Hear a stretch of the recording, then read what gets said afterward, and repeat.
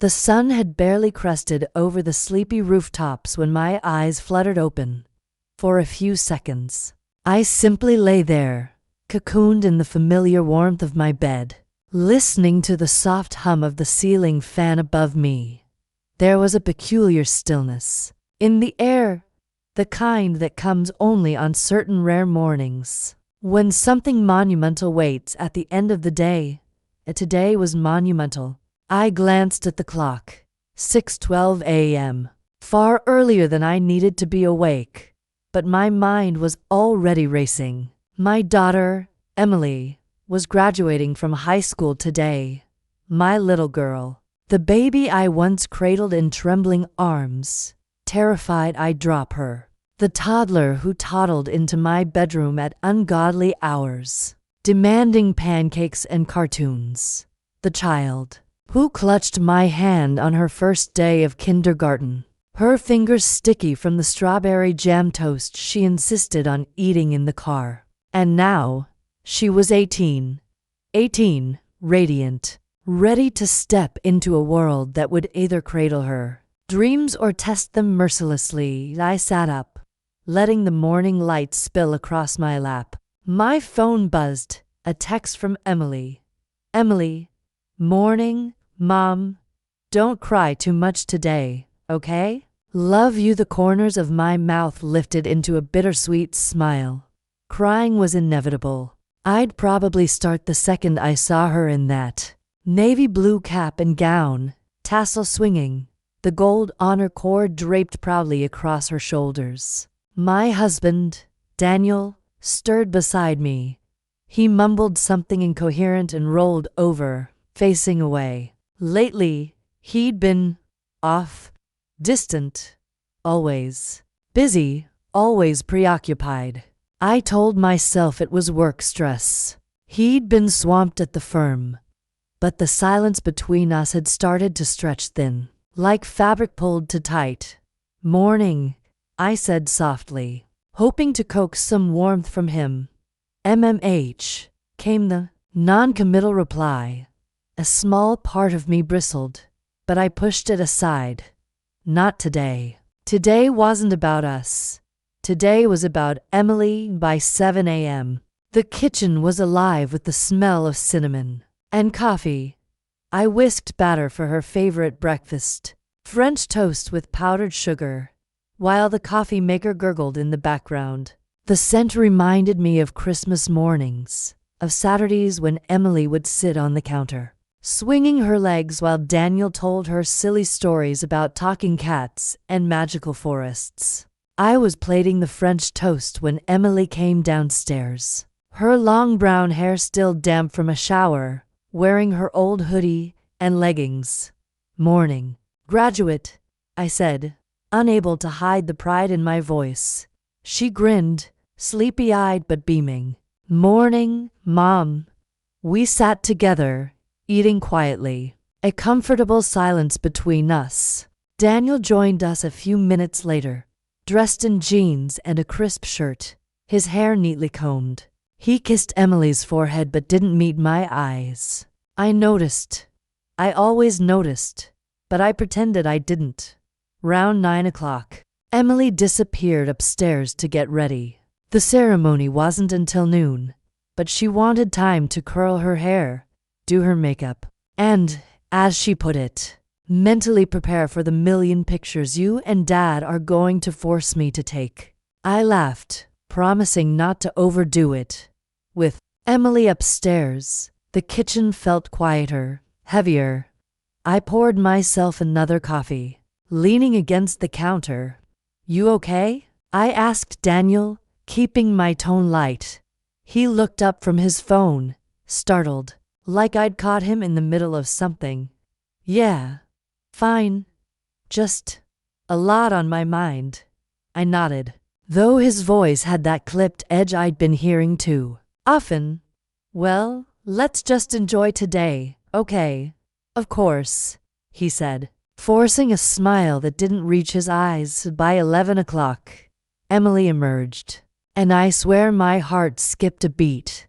She was breathtaking, her gown perfectly pressed, cap balanced, Atop those soft waves of hair, makeup subtle yet glowing, she looked like the young woman she'd become. But in her smile, I still saw the little girl who once needed me to tie her shoes. "Oh, honey," I whispered, my voice trembling. "You look—" Words failed me. She laughed, hugging me. "Don't cry yet, Mom. Save it for the ceremony." Daniel joined in the compliments, snapping a few photos on his phone. The tension from earlier seemed to melt, at least for the moment. The drive to the school was filled with light chatter.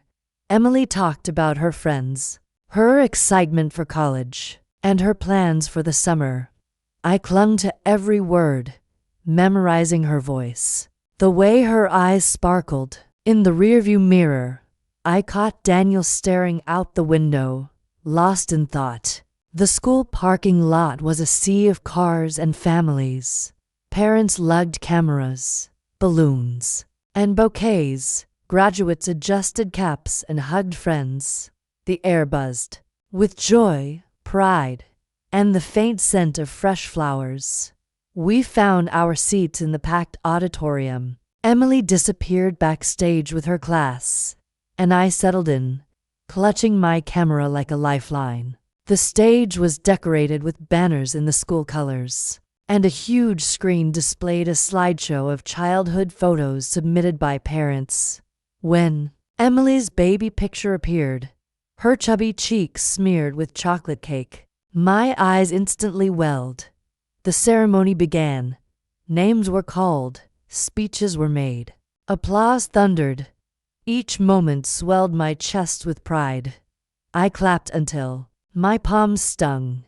And then, there she was, my daughter, Emily Grace Thompson. She walked across the stage with poise, shaking hands with the principal, holding her diploma aloft as the audience cheered.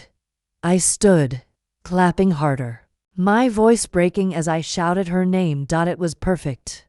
At least, for a moment, because I didn't know that this was the last time my family would ever feel whole. When the ceremony ended, families poured out into the sunny courtyard for photos. Emily ran toward us, laughing, her cap in hand. Daniel hugged her, whispered something in her ear that made her smile. But then, almost imperceptibly, his expression shifted, serious, focused, as if he'd made a decision in that instant. "Let's get one more photo," he said, motioning toward a nearby podium set up for announcements. Emily groaned good-naturedly. "Dad, enough photos." But he was already stepping forward, speaking to one of the school staff. A minute later, a microphone screeched to life, drawing everyone's attention. I frowned, confused. What on earth was he doing? And then he began to speak.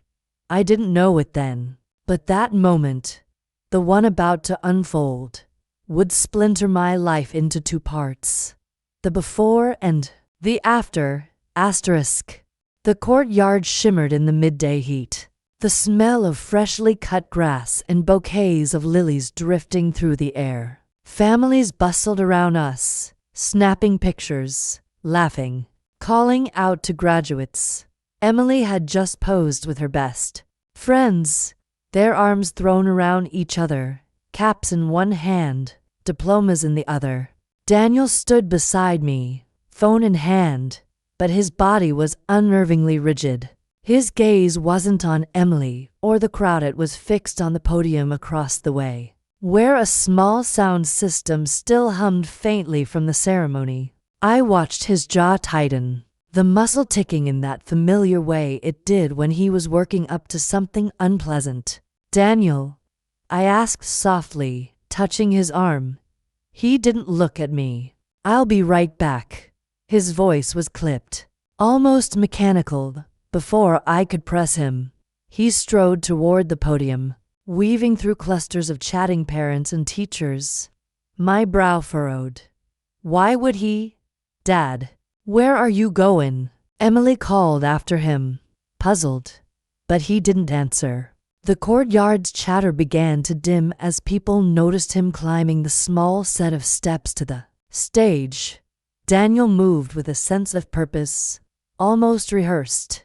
He leaned toward the man in the suit. Principal Harrison murmured something. I saw Harris's eyebrows rise, a flicker of uncertainty passing across his face, but after a pause, he nodded reluctantly and gestured to the microphone. My pulse quickened. Something was wrong. Very wrong. The microphone let out a high-pitched squeal, making several people wince. Heads turned. Conversations faltered.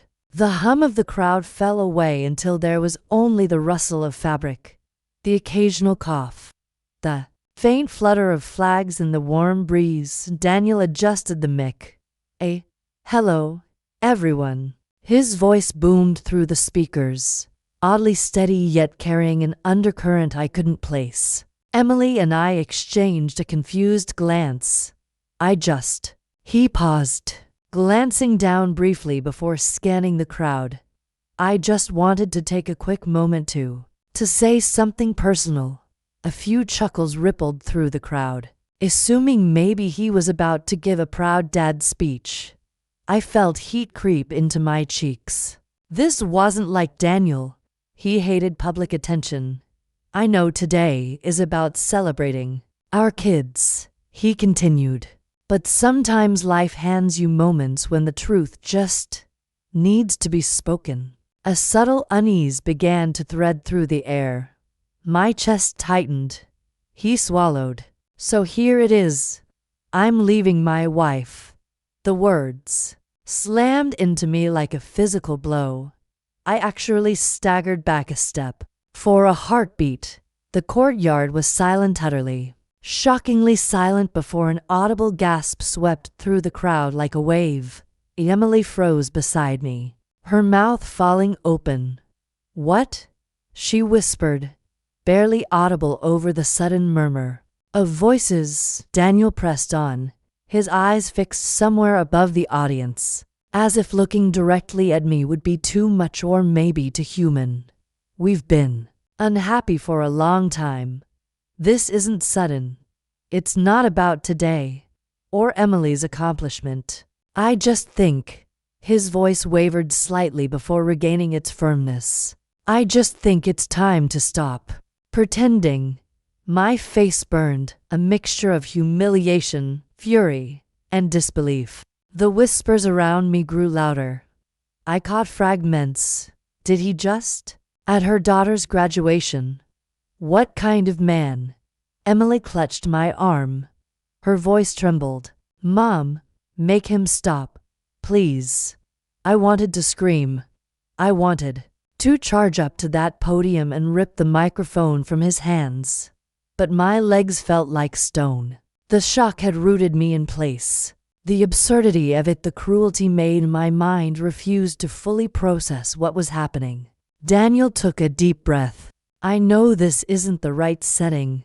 A bitter laugh erupted from somewhere in the crowd. But I needed to be honest. I've met someone else, and I owe it to myself and to her to move forward. Her. The word sliced through me. It wasn't just that he was leaving, it was that he was leaving for someone. My husband of 20 years had chosen the most public, humiliating moment possible to announce an affair. Emily's hand slipped from my arm. She stared at him, eyes glassy with shock. Dad, how could you? A hush fell again at her voice. Daniel faltered, his gaze flickering toward her for the first time. For a split second, guilt shadowed his expression, but it was gone as quickly as it came. This doesn't change my love for you, Emily, he said into the microphone, his voice softer now. You're my daughter. Always will be. Emily shook her head slowly, tears welling up. Not like this, she whispered. I found my voice then, though it felt like dragging it up from the bottom of a deep, cold lake. Daniel, stop this. Now. My words were low, but the venom in them was unmistakable. The crowd was no longer just watching, they were judging. Parents shifted uncomfortably, some averting their eyes, others staring openly at the unfolding disaster. A few even raised their phones, filming. Principal Harris stepped forward, clearly uncomfortable. Perhaps this conversation would be better held privately. But Daniel lifted a hand. I'm almost done. He looked straight at me, now, finally meeting my eyes. His expression was unreadable, part defiance, part something darker. I'm sorry, Claire. I can't keep living a lie. You'll thank me someday for being honest. It was the final insult, this notion that I would someday thank him for shattering our family. In front of hundreds of people, a hot rush of rage burned away the last of my shock. My legs moved before my brain caught up. I strode toward the stage, weaving through stunned parents and graduates, my heels clicking sharply on the concrete. The murmurs swelled as I climbed the steps. I didn't touch the mic. Instead, I stood beside him, close enough for only him to hear. My voice was low, cold, and deliberate. If you think this little stunt is going to break me, you've underestimated me. He stiffened, his fingers tightening on the mic stand. I'm just telling the truth. I cut him off. No, you're trying to humiliate me. But all you've done is tell this entire community exactly what kind of man you are. His jaw clenched. A flicker of something fear passed over his features. I turned to the crowd then, my voice louder, steadier. I'm sorry you all had to witness this. I know today is about celebrating our kids. That's what I came here for. And that's what I'm going to keep doing with or without my husband. The applause that followed wasn't raucous, but it was real. It was for Emily, and maybe a little for me. Daniel's face darkened, the control of the narrative slipping from his grasp. He leaned toward me, his voice a hiss only I could hear. You think you've won. You have no idea what's coming. I stepped back, keeping my eyes locked on his. Neither do you. And then, without waiting for his reply, I walked off the stage, back to where Emily stood. She was shaking, tears slipping down her cheeks. I wrapped my arms around her, shielding her from the dozens of curious eyes watching. The crowd began to disperse, some whispering, others deliberately looking away. Daniel remained on the stage for a moment longer, gripping the podium as if deciding whether to say more. In the end, he didn't. He stepped down and disappeared into the throng without another word. Emily pulled back slightly, her voice hoarse. Why would he do this here? Today of all days. I brushed a strand of hair from her face. Because he's a coward, and cowards mistake cruelty for courage. Her lip trembled, but she nodded. I don't want to see him right now. You won't have to, I said, glancing toward the parking lot where I'd last seen him vanish. We stood there for a few moments, the noise of the courtyard returning to normal around us, laughter, camera shutters, congratulatory shouts, life moving on, even when yours felt like it had cracked open. I forced a smile for Emily's sake. Come on, graduate. Let's take some photos. The good ones, the ones we'll actually want to remember. She hesitated, then gave a small nod. We found her friends, posed for silly and serious shots, and for brief pockets of time. We even managed to laugh. But beneath it all, a storm was brewing in me, a storm Daniel had no idea was coming. Because he thought this was the end of our story. But it was only the beginning. The applause and laughter of other families followed us like a cruel echo. As we made our way toward the parking lot, Emily's heels clicked unevenly on the pavement. She was walking too fast, her shoulders rigid. My own breath felt shallow. as if the weight of the air had doubled. Behind us, I could still hear scattered voices murmuring. "I can't believe he said that." In front of everyone. "Did you hear?" Every syllable scraped against my raw nerves. I kept my arm looped around Emily's, trying to anchor her, trying to anchor myself. Daniel was nowhere in sight. I didn't know if he'd gone to the car or disappeared entirely, and at that moment, I didn't care. My only priority was getting Emily somewhere safe, somewhere quiet, away from the public circus. We reached the car first, our car, and I unlocked it with trembling fingers. Emily slid into the back seat without a word, leaning against the window. I stood outside for a moment, scanning the crowd for Daniel. Nothing. I debated whether to wait or just leave. My pulse was still racing, adrenaline making my hands twitch. That's when I saw him emerging from behind the school building, phone pressed to his ear, talking in low, urgent tones. His expression was tight, defensive, but the way his eyes darted when he spotted me told me everything. He wasn't talking to a coworker. He ended the call quickly, shoving the phone in his pocket, and walked over. "Let's go," he said flatly, sliding into the passenger seat. I didn't move for a second, my hands gripping the steering wheel before even sitting down. "No. You drive," I said. He frowned. "What? I can't be behind the wheel right now. Not after what you just did." My voice was sharp, colder than I intended, but I didn't care. With a sigh, he got back out and walked around to the driver's side. The ride home was suffocating. Emily kept her eyes glued to the passing scenery, her reflection in the glass, pale and unreadable. I sat in the passenger seat, hands clasped tightly in my lap, my gaze fixed on the road ahead. Daniel gripped the steering wheel at 10-2, the tendons in his hands taut. No one spoke for the first 5 minutes. Finally, Emily broke the silence. "Why?" Her voice cracked on the single word. Daniel glanced at her in the rearview mirror. "Emily, no. Don't Emily me. Why did you do it there? In front of my friends, my teachers, everyone." He exhaled slowly, his eyes flicking to mine before returning to the road. "Because it was time." "That's not an answer," she snapped, surprising me with the edge in her voice. "I didn't want to hide it anymore," he said, his tone maddeningly calm. "We've been living a lie for years. You thought ruining my graduation would be the perfect opportunity." She cut in. "Do you have any idea how humiliating that was?" Daniel's jaw worked, but he didn't respond.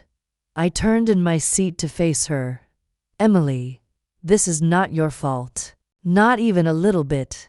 She looked at me, eyes glistening. "No, it's not my fault, Mom. But he made it about me.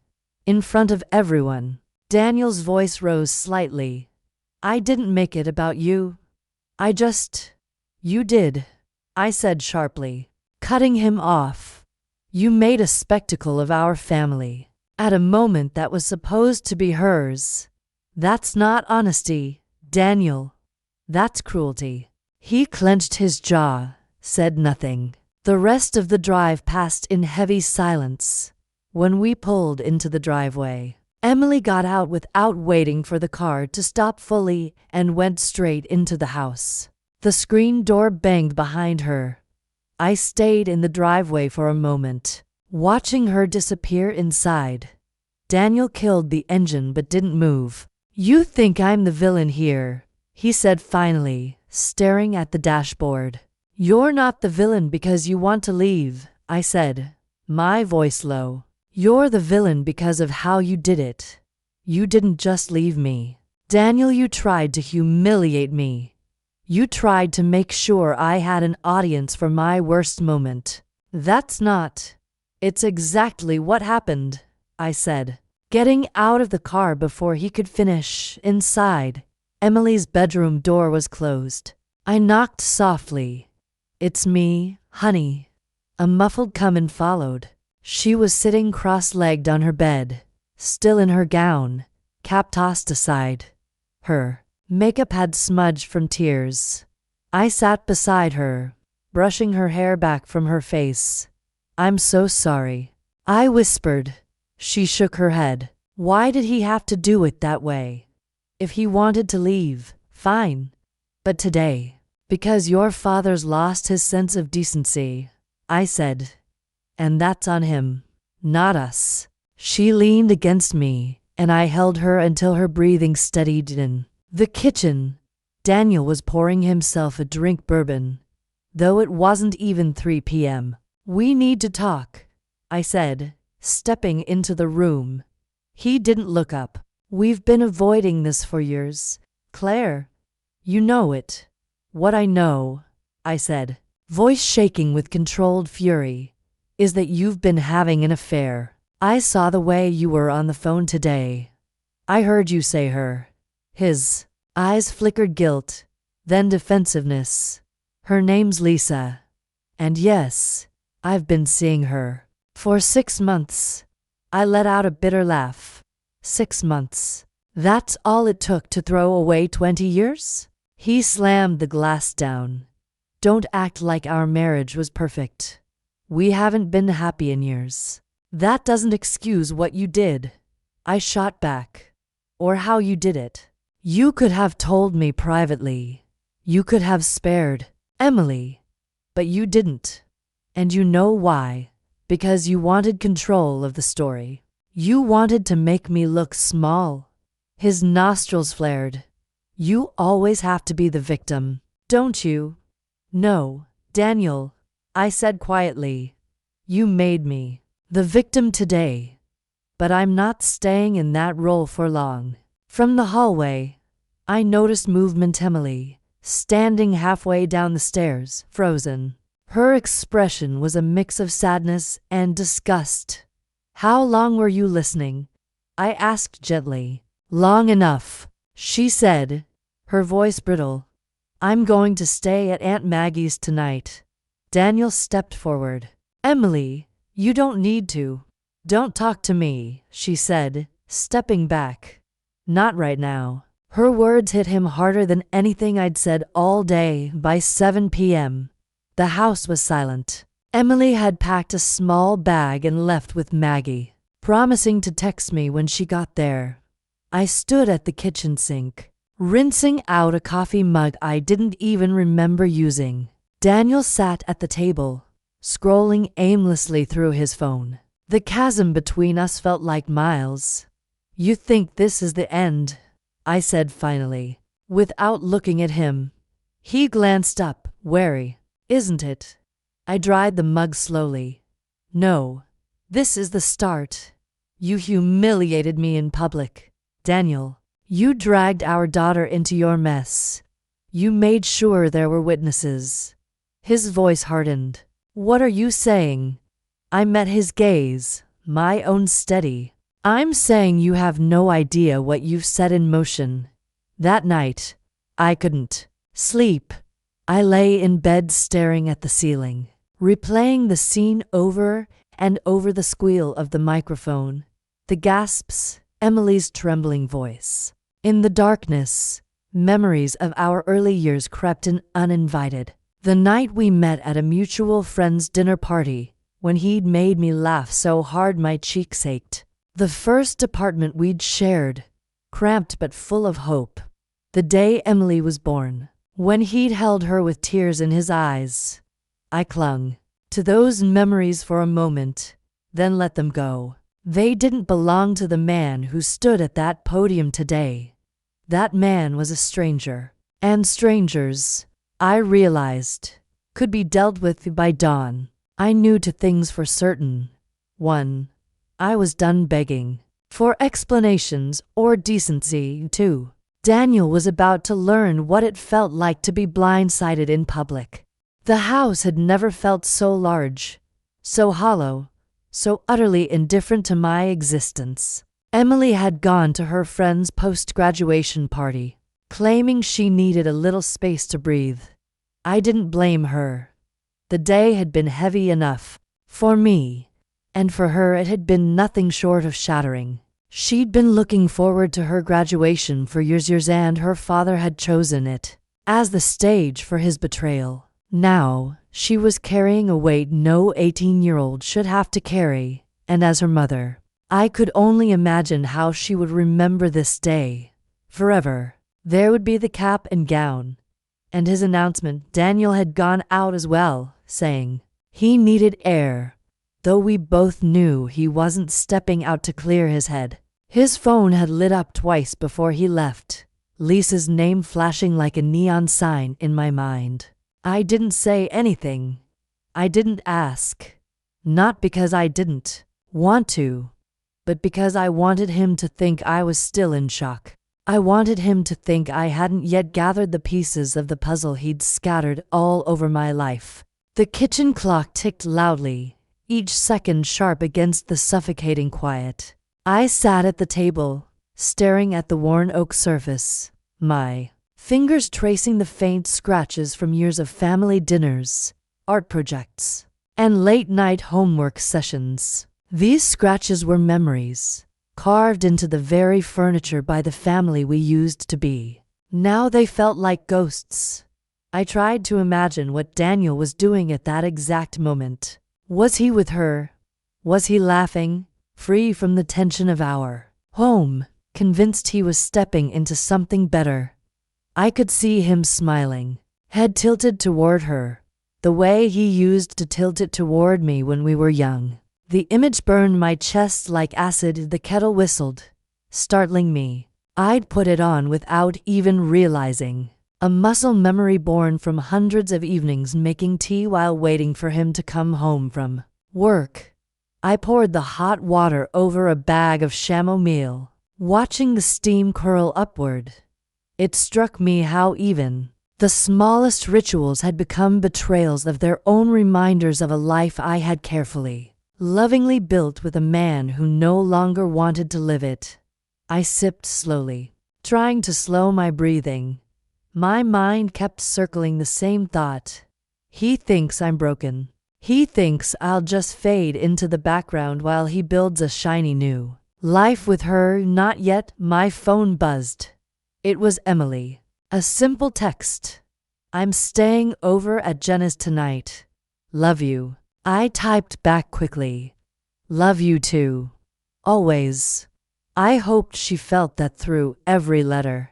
She needed to know she still had one parent who wouldn't walk away. After she confirmed she'd arrived safely, I set my phone down and walked to the living room. The couch still held the throw pillow he used for his late-night sports watching sessions. His jacket was draped over the armrest, as if he'd just stepped out for a moment. The sheer normalcy of it infuriated me. How could everything look the same when everything had changed? I turned on the lamp in the corner, bathing the room in soft yellow light, and sat down with a notebook in my lap. If Daniel thought I would dissolve into quiet resignation, he was mistaken. I began to write, not letters to him, not diary entries for my own heart, but notes, facts, patterns, things I had noticed in the past 6 months. The late nights, the evasive explanations, the sudden interest in networking events, the quiet smiles at his phone. Then I wrote her name, Lisa. It sat there on the page like a challenge. I didn't know much yet, but I knew enough. She was younger, maybe mid-30s, worked at his firm, and had been divorced for 2 years. I'd seen her once at a company holiday party. Her laughter a little too loud, her hand lingering a little too long on Daniel's arm as she thanked him for a glass of champagne. I remembered feeling a flicker of something then, something I'd brushed off as insecurity. Now I knew better. I flipped to a new page. This one was for questions. How long had they been together? Who else knew? Did she know he was planning to humiliate me in front of our daughter? It wasn't just anger driving me, it was the gnawing need to understand, to see the whole picture before I decided my next move. By the time I heard the front door creak open, it was almost midnight. I quickly closed the notebook and set it on the coffee table, draping a throw blanket casually over my lap as if I'd been watching TV. Daniel stepped inside, looking worn but satisfied. The satisfaction was subtle, the kind of thing you'd miss if you weren't looking for it. But I was. "Hey," he said, his tone neutral. "Hey," I echoed, keeping my voice steady. "Emily home?" "She's staying at Jenna's," I replied, my eyes on the TV even though it was muted. He nodded and hung his jacket. "Big day. Lot of emotions. I think it's good she's with her friends." I wanted to ask if he'd been with Lisa, but I didn't. Instead, I gave him a tight smile.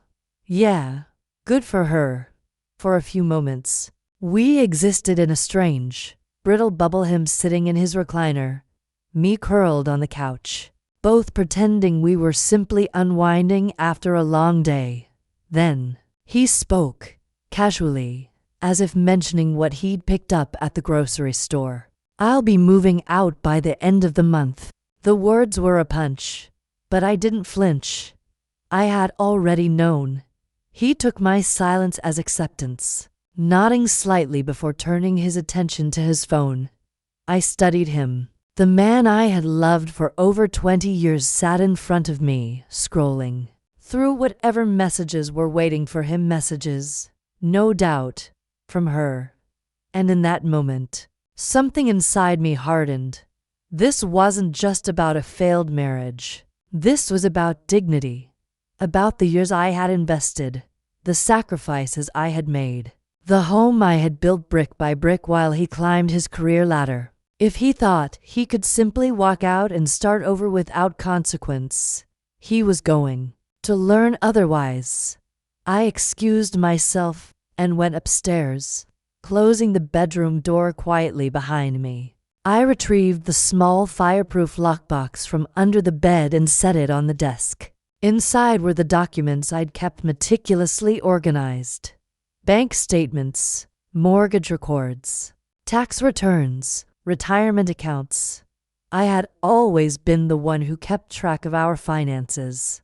Daniel thought I did it because I enjoyed organization, and I did, but now that habit was going to serve a different purpose entirely. I scanned through the accounts, noting transfers I didn't recognize, small withdrawals that didn't fit his usual spending patterns. Each irregularity was a breadcrumb, and I planned to follow every single one. By the time I slid the papers back into the box and locked it, I felt calmer. Not because I wasn't angry, God.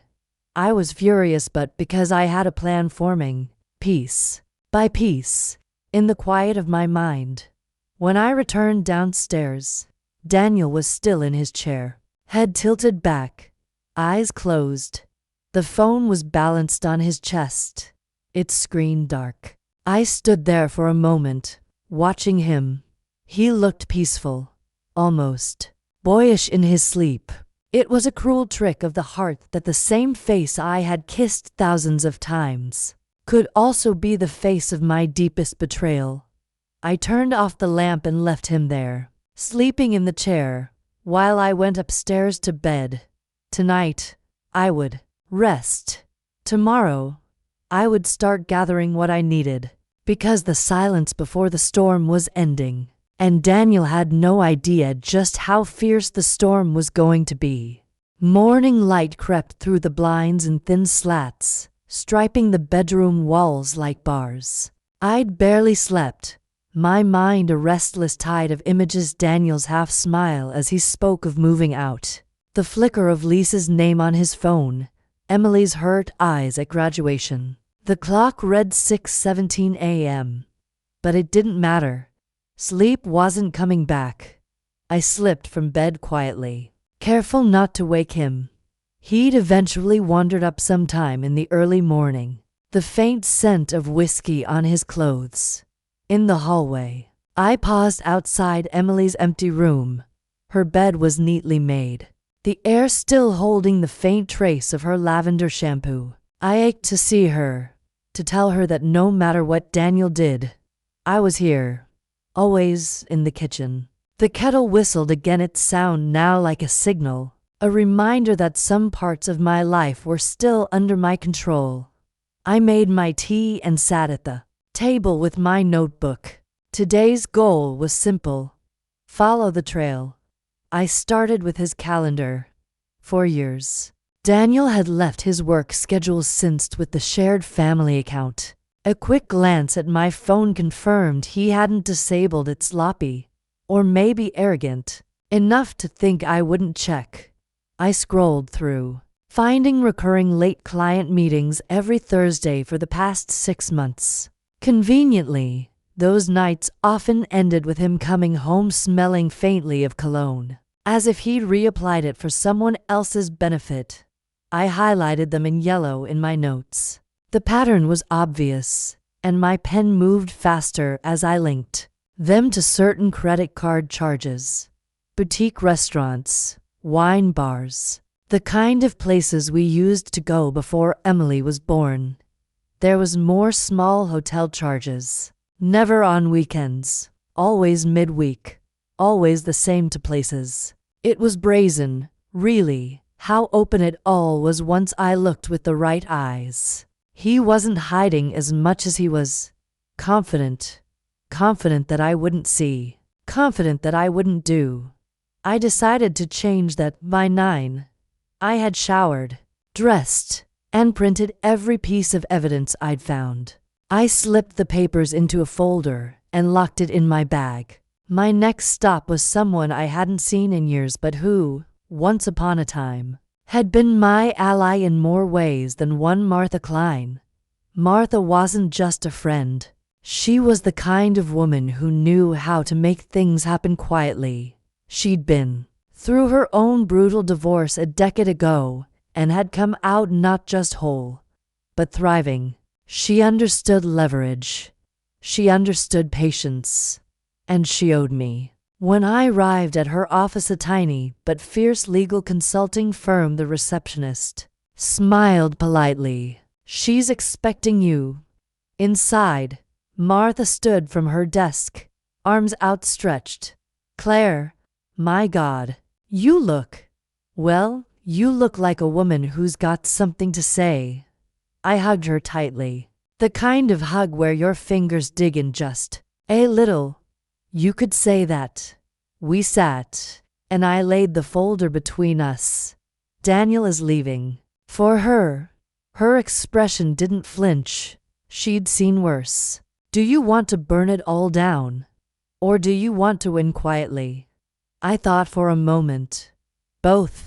She smiled, leaning back in her chair. "Now that's my girl." For the next 2 hours, we went over everything: finances, property, possible custody concerns with Emily heading to college soon. Martha explained what could be done legally, what could be done less legally. I didn't commit to anything yet, but I left her office feeling armed, my mind sharper, my spine straighter. By the time I got home, Daniel was gone again. The note on the counter was short: "Dinner with a client. Don't wait up." But I wasn't waiting anymore.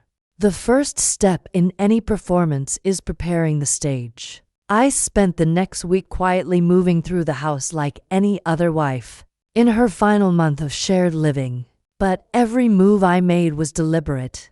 I began separating my finances, opening a new account in my name alone. I moved small valuables to a safety deposit box: a locket from my grandmother, the pearl earrings Daniel had given me on our 10th anniversary. Not because I valued the memory anymore, but because I wasn't about to let Lisa wear them. I kept my tone warm when Daniel was home, even casual. If he noticed my unusual calm, he didn't mention it. Perhaps he mistook it for defeat. Perhaps he wanted to believe I was quietly accepting my fate. Emily returned home for a night midweek, and I made her favorite lasagna. She picked at it, her mind elsewhere. Mom, have you and Dad talked? I met her eyes. We've discussed some things. She gave a sad little laugh. You mean he's told you about Lisa? The name fell from her lips like poison. My fork paused halfway to my mouth. You knew. I saw them, Mom, at the mall in April, holding hands. She swallowed hard. I didn't want to tell you. I thought maybe. I don't know. Maybe I imagined it. I reached across the table, covering her hand with mine. You didn't imagine it. But you need to know this is not your fault, and it's not going to break us. Tears welled in her eyes, but she nodded. That was all I needed to know. She believed me. When she left for Jenna's again, I sat in the kitchen, the low hum of the refrigerator the only sound. My plan needed to not just protect me, it needed to show Daniel that walking away wouldn't be the easy, romanticized leap he thought it would be. The following Friday, I booked a table at Monroe's, a dimly lit, high-end restaurant Daniel favored for his client dinners. I dressed in a simple black dress, my hair down, makeup done with precision. I wasn't there to see him, I was there to be seen. And I was. Midway through my second glass of wine, I spotted them, Daniel and Lisa, tucked into a corner booth. Her hand rested lightly on his, her smile syrup sweet. He froze when he saw me, his fork halfway to his mouth.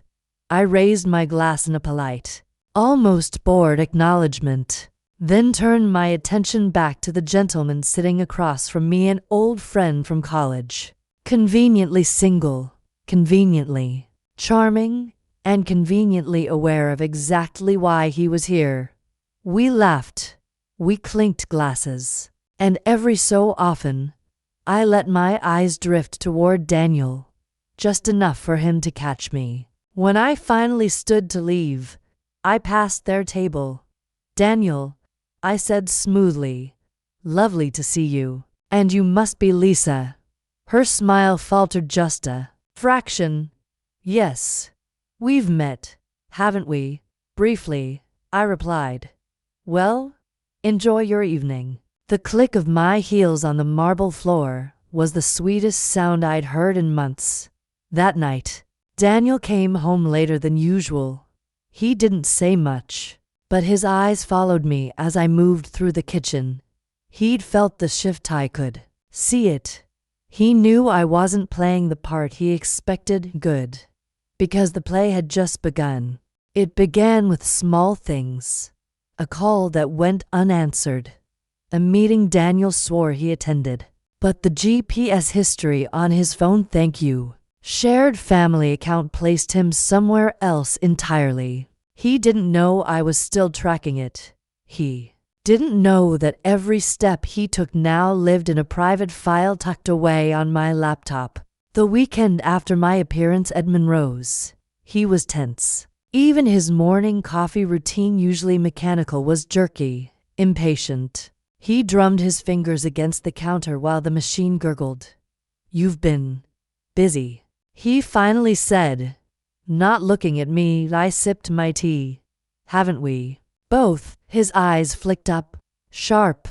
But before he could say anything, Emily walked in, hair in a messy bun, wearing one of my old college sweatshirts. She smiled faintly at me, then turned to him. Dad, can we talk? His jaw tightened, but he nodded. They stepped out to the porch, and through the thin curtain I caught fragments Emily's voice, calm but firm, saying words like loyalty and trust. Daniel's, low and defensive. Something about complicated and you don't understand.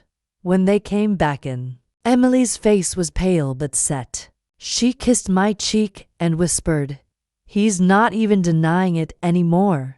Then she was gone again, off to Jenna's, her shoulders tense. That was the first real crack. Not mine, his. The second came a few days later, in the form of Martha's phone call. "I've been digging," she said, her voice almost smug. "Lisa's been through this before.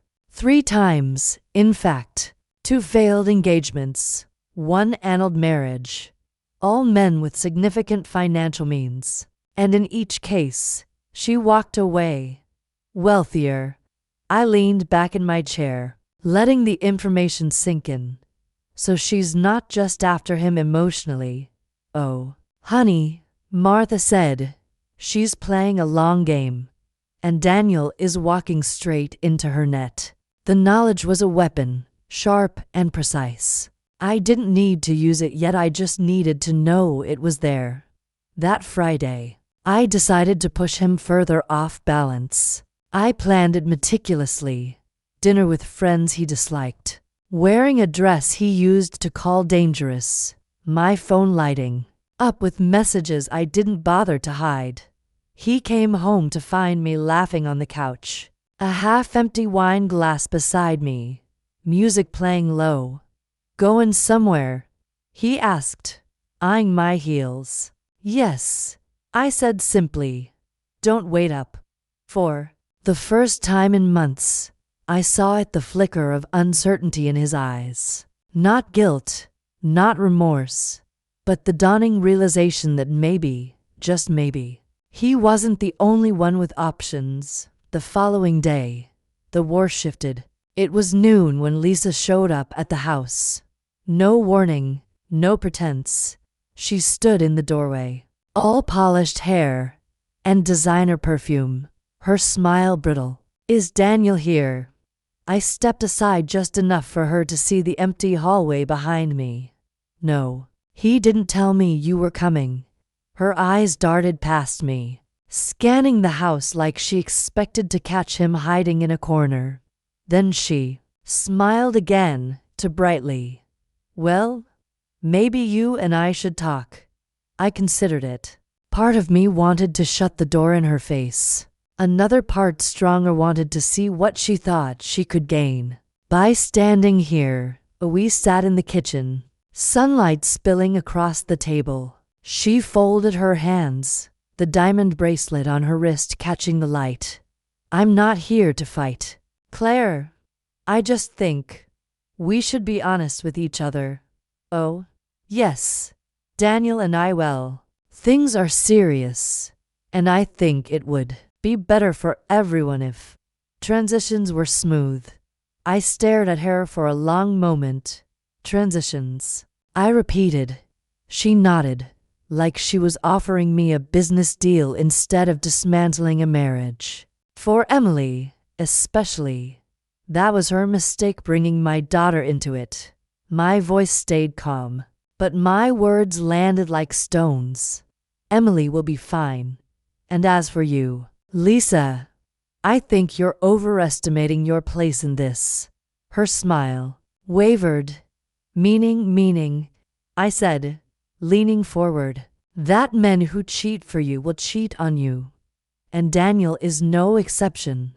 For a split second, the mask slipped. I saw the calculation in her eyes, the math of risk versus reward, security versus instability. Then she stood, brushing imaginary lint from her dress. "We'll see." Yes, I thought. We will. That night, Daniel came home furious. "What the hell did you say to her?" I met his anger with an infuriating calm. Nothing she didn't already know. He stormed upstairs, muttering under his breath, and I smiled to myself, because the cracks were spreading faster now. The next move would be mine, and it wouldn't just shake him, it would bring the whole facade crashing down. I'd been planning it for weeks, every move calculated with the precision of a chess master setting up the endgame. Daniel thought he was untouchable. Lisa thought her polished smile and diamond bracelets could blind the world.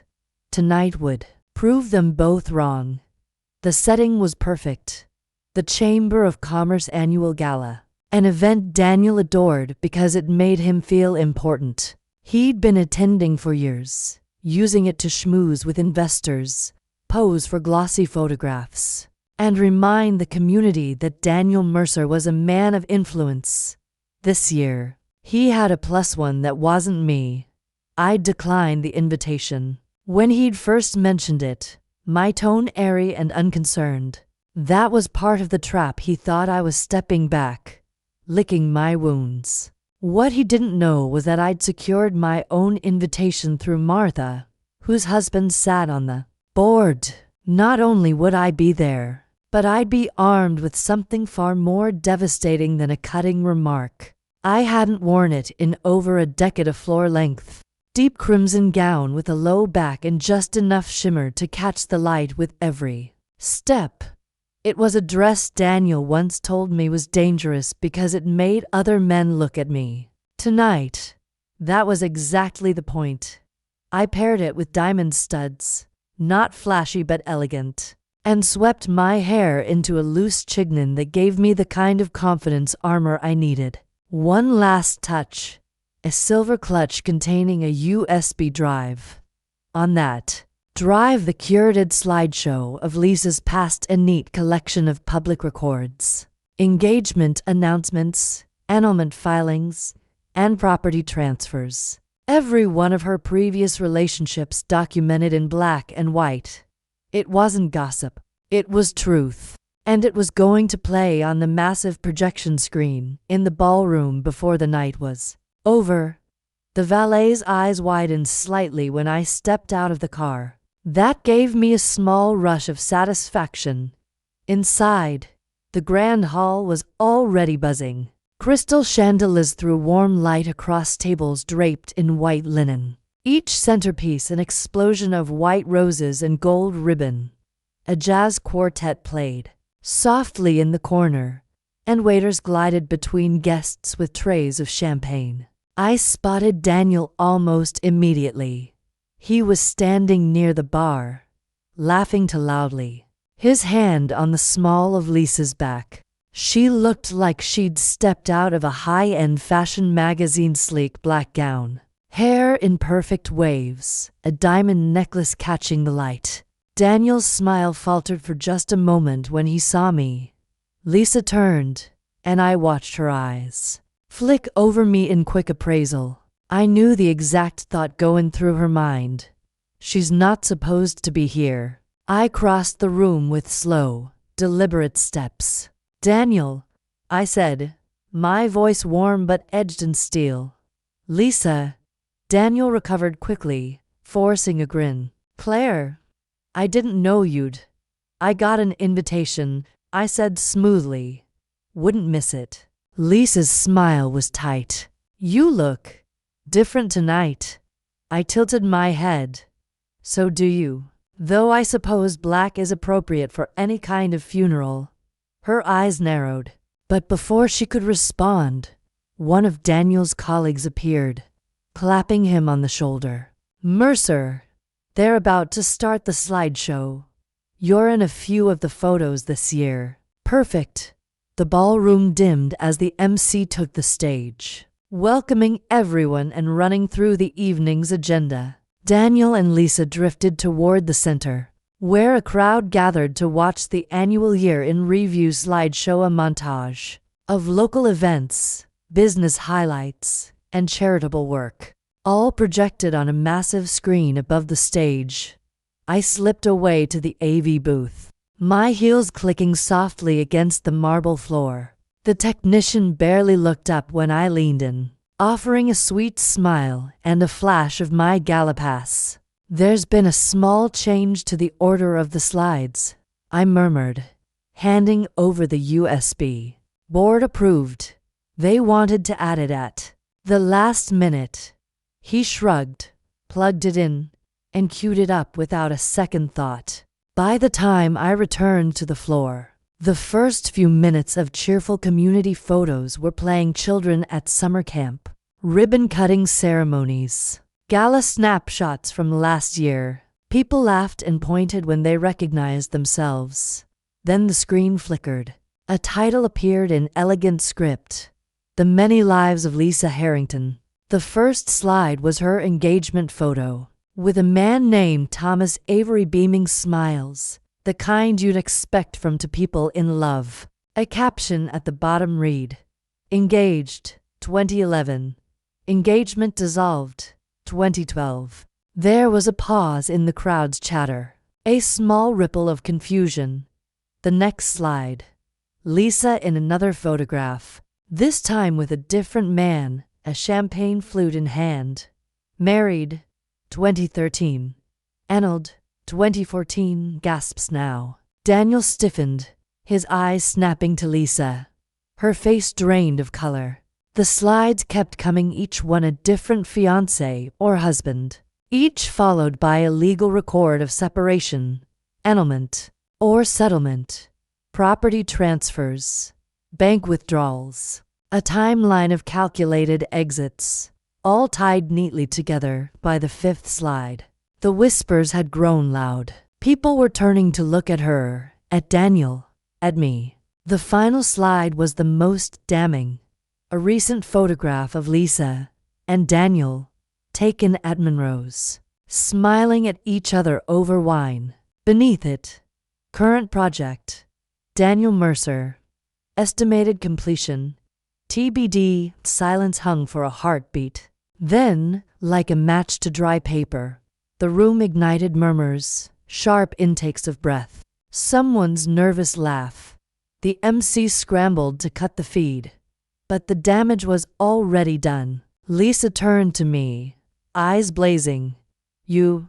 I raised my glass. In a mock toast.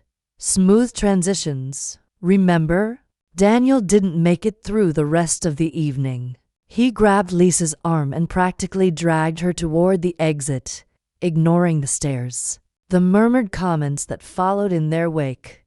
I stayed exactly where I was, smiling politely when people came up to express their surprise. The beauty of it was that I hadn't lied. Every word, every image, every date on that slideshow was verifiable.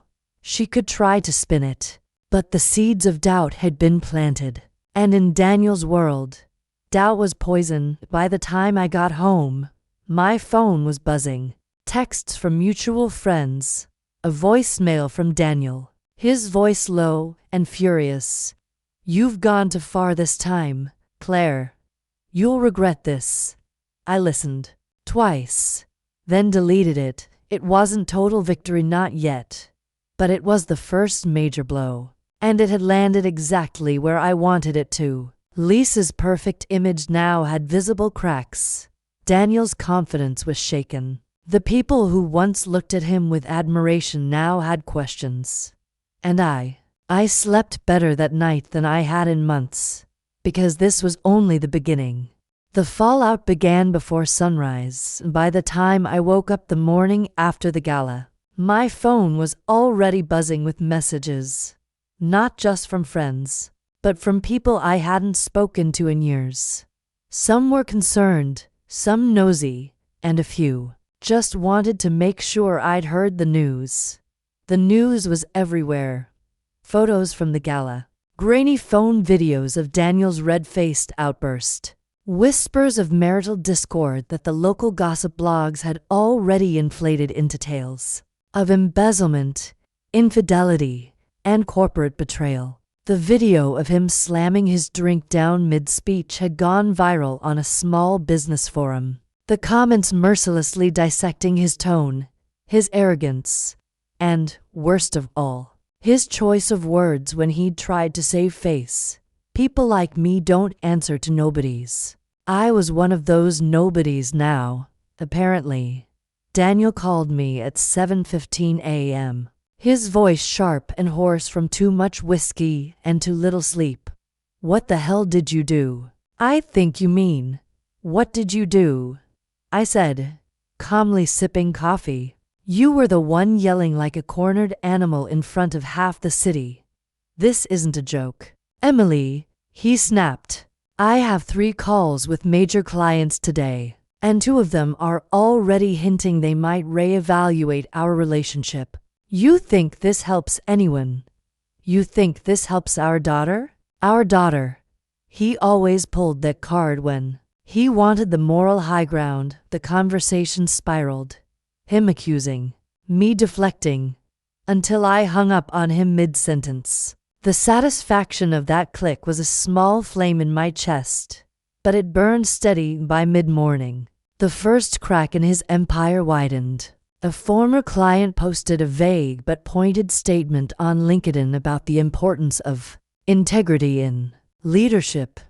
Daniel's name wasn't mentioned, but anyone in his circles knew exactly who it was about. At lunch, I met with a friend who still worked in PR.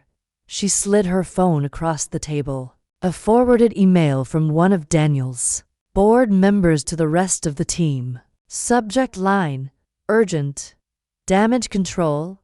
They're in panic mode, she said, lowering her voice. Your husband's about 3 bad headlines away from losing his majority backing. Ex-husband. I corrected, even though the papers weren't signed yet. At home that evening, Emily hovered in the kitchen doorway, twisting the cord of her hoodie. Mom, people are talking. My friends saw the video. Some are saying Dad's been cheating for years. Is that true? The question hit like a knife to the sternum. I wanted to shield her, but the truth was bleeding into the open whether I liked it or not. It's complicated, I said, carefully. Your father made choices that hurt us, but you're not responsible for his mistakes. She studied me for a long moment, then whispered, I wish you'd just tell me everything. And oh, I wanted to, but revealing the full scope of my plan would risk everything, not just for me, but for her too. So instead, I hugged her, promising that one day she'd understand. That night, I sorted through the folder I'd been building for months, the one marked insurance. Inside were bank statements, contract scans, and an unassuming flash drive I'd retrieved from a storage unit Daniel thought I didn't know about. I hadn't even plugged it in yet. I wanted the right moment. The right moment came faster than expected. 3 days later, Daniel announced a strategic media partnership meant to rehabilitate his image. A live interview on a popular local news show. It was a gamble, the kind that could either make him look like a misunderstood visionary or bury him completely. As he spoke on camera about misinterpretations and family misunderstandings, I was across town in a quiet office, watching the contents of that flash drive spill onto my laptop screen. Emails, contracts, photos, a trail of private deals and offshore accounts that made my skin crawl, and one name that made my heart pound. Lisa, not just as his mistress, but as his business partner in at least 2 shell companies. The cracks in his empire weren't cracks anymore. They were fault lines, and I was holding the match. Daniel's PR stunt detonated in real time. Within hours of the interview airing, social media lit up with side-by-side screenshots. His claims about open books alongside leaked excerpts from the very documents I now possessed. I hadn't even leaked them myself. Someone else in his circle clearly had access and no loyalty left. By the next board meeting, the air in the conference room was a cocktail of aftershave, stale coffee, and thinly veiled hostility. I wasn't invited, of course, but I was nearby, thanks to a sympathetic board member who slipped me a pass to the adjoining observation room. Through the glass, I watched Daniel sit at the head of the table, jaw tight, suit immaculate, but his eyes flicking nervously from one face to another. Gentlemen, he began, this company has thrived because we've stood together through what? Interrupted a tall, silver-haired man I recognized as one of his oldest investors. Through your reckless personal behavior, through the kind of financial games that can land all of us in front of a federal judge. Daniel's face blanched. The meeting unraveled from there. Accusations, demands for transparency, Veiled threats about votes of no confidence. Lisa sat 2 seats away, her expression unreadable. But when Daniel glanced at her for support, she looked away. By the time the board adjourned, I could see the sweat darkening the fabric at the back of his collar. Later that night, Lisa made her move. I got the message via an untraceable email address. We should talk. He's going to drag us both down. When we met in the dim corner of an upscale bar, she was all cool poise and calculated charm. He's finished, she said simply. But if we play this right, you and I could both walk away with what we want. I didn't trust her. Not for a second. But I listened. She wanted access to certain accounts I now controlled. In exchange for her testimony about his financial misconduct, it was tempting. The day we were supposed to finalize the deal, Daniel called Emily. Not me, Emily. She came to my office afterward, pale and shaking. He said, you're trying to ruin him. That you'll ruin us too. Did you believe him? I asked quietly. Her eyes shimmered. I don't know what to believe anymore. That night, as I prepared the files for transfer to Lisa, I hesitated. Handing them over would end Daniel, but it would also bind me to her in ways I couldn't predict. In the end, I made my own play. I released just enough of the information to the press to spark a full investigation, but not enough to point directly back to me. The morning the headlines broke, local mogul under investigation for fraud and racketeering. Daniel's name was everywhere. His phone was seized, his accounts frozen, and Lisa's photo appeared beside his in more than one article. I expected satisfaction. I got something colder. 3 days later, an envelope arrived at my door. No return address. Inside was a single sheet of paper, a list of dates, transactions, and one grainy photo of me meeting Lisa at the bar. At the bottom, a note. Everyone has secrets. Yours are next. I stood there, the paper trembling in my hands, realizing the game wasn't over. It had just changed players. And somewhere in the city, someone was already moving the next piece. Chapter 11. The last card. The envelope sat in my hands, like it had weight far beyond the paper inside. Emily's gaze stayed fixed on me, her brow furrowed, a question hanging on her lips that she didn't quite want to voice.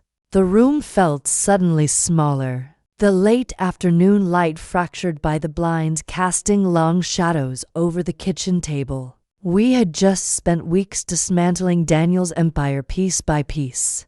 Yet the unease curling in my stomach now was sharper than anything I'd felt during the fight. This felt personal. Emily finally broke the silence. Are you going to open it? Her voice was steady, but I caught the flicker of apprehension behind her eyes. I nodded, my fingers sliding under the flap. The paper tore too easily, a sound far too loud in the quiet. Inside was a single sheet of crisp white paper. No letterhead, no signature, just one line, written in neat, deliberate handwriting I recognized instantly.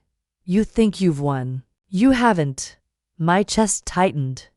I had seen that handwriting before. Looping letters and precise spacing.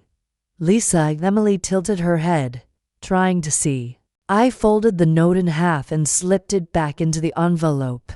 It's nothing important, I said quickly, but my tone betrayed me. Her eyes narrowed. Mom, she said slowly, you've been straight with me about everything else. Why not this? Because I didn't want her tangled in this any more than she already was. Because the thought of Lisa still playing a game in the shadows after all this time made my skin crawl. And because deep down, I knew this was a challenge. One last move in a game I thought was over. I stood, grabbing my coat. I need to handle something. The trail wasn't hard to follow. Lisa wasn't as clever as she liked to believe. A favor from a friend at the post office confirmed the envelope had been mailed from a small boutique stationery store across town, the same boutique where Lisa had once dragged me during our brief, awkward attempts at friendship before I knew who she really was. The place smelled faintly of lavender and printer's ink. The clerk, a young man with tired eyes, confirmed without hesitation that a blonde woman, mid-30s, designer coat had purchased the exact stationery 2 days ago. I didn't need a name to know. I found her in the place I least expected. The rooftop bar of the same hotel where Daniel and I had once celebrated our anniversary. She sat at a corner table, drink in hand, sunglasses perched high on her head, watching the city lights flicker against the dusk. She looked untouched by the chaos of the last few weeks. If anything, she looked satisfied. "Well," she said as I approached, her voice honey with mock sweetness, "you found me faster than I thought you would." I sat down across from her, not bothering to return the pleasantry. Why, her smile deepened, like a cat amused by a trapped mouse. "Because, dear, you took something from me. I wanted to remind you that victories are temporary." "You have nothing left," I said flatly. "Daniel's broke. Your little social throne has crumbled. And yet," she interrupted smoothly, "you're still here, chasing me down, instead of celebrating your big win. That means I still matter." It wasn't just arrogance. It was calculation. She wanted me off balance, second-guessing, wondering what she still had in her hand. I leaned in. "If you think you can scare me, scare you?" She laughed, low and amused. No, I just want you to know I'm not gone. People like me, we don't disappear. We wait." Her words hit harder than I wanted to admit, because I'd been telling myself this was the end, that we'd stripped Daniel's life bare and left nothing for either of them. But Lisa wasn't Daniel. She was a different kind of predator. I stood, tossing a few bills on the table. "Wait all you want, Lisa, but I promise you, if you ever come near me or Emily again, you won't like how it ends." She tilted her head, the picture of fox innocence. "We'll see." 2 days later, I got a call from one of Daniel's former business partners, a man who'd kept his distance during the implosion but clearly had been keeping tabs. "He's gone," the man said simply, packed what he could and left the state. No forwarding address. The news didn't feel like victory. It felt quiet, empty, like the storm had passed and left a stillness I didn't quite trust. Emily came home that evening with takeout and a small bouquet of daisies. "Thought we could celebrate," she said, setting them on the counter. She didn't mean Daniel's disappearance. She meant us. The survival. The fact that after everything, we were still standing. Over dinner, she asked, "Do you think Lisa will really come back?" I hesitated, then shook my head. "No. She thrives on an audience, and she's lost that. She'll move on to someone else." It was half a lie, half a hope, but Emily smiled like it was enough. That night, I burned the envelope and the note in the fireplace, watched the paper curl in the flames, the words blacken and disappear. Some battles didn't need to be fought if you refused to step into the ring. Months later, life had settled into something almost ordinary. I started a new consulting job. Emily was making plans for her own apartment. The house no longer felt haunted by his presence. One Sunday morning, while sorting through the mail, I found a postcard tucked between bills, a picture of the city skyline. On the back, just 2 words in that same looping handwriting, "Still here." I laughed, not because it was funny, but because it was the clearest reminder I could get that some people never really leave. They just fade into the background until they're bored enough to strike. I tore the postcard in half, then in half again, and dropped it in the trash because for the first time, I knew it didn't matter. I had already won.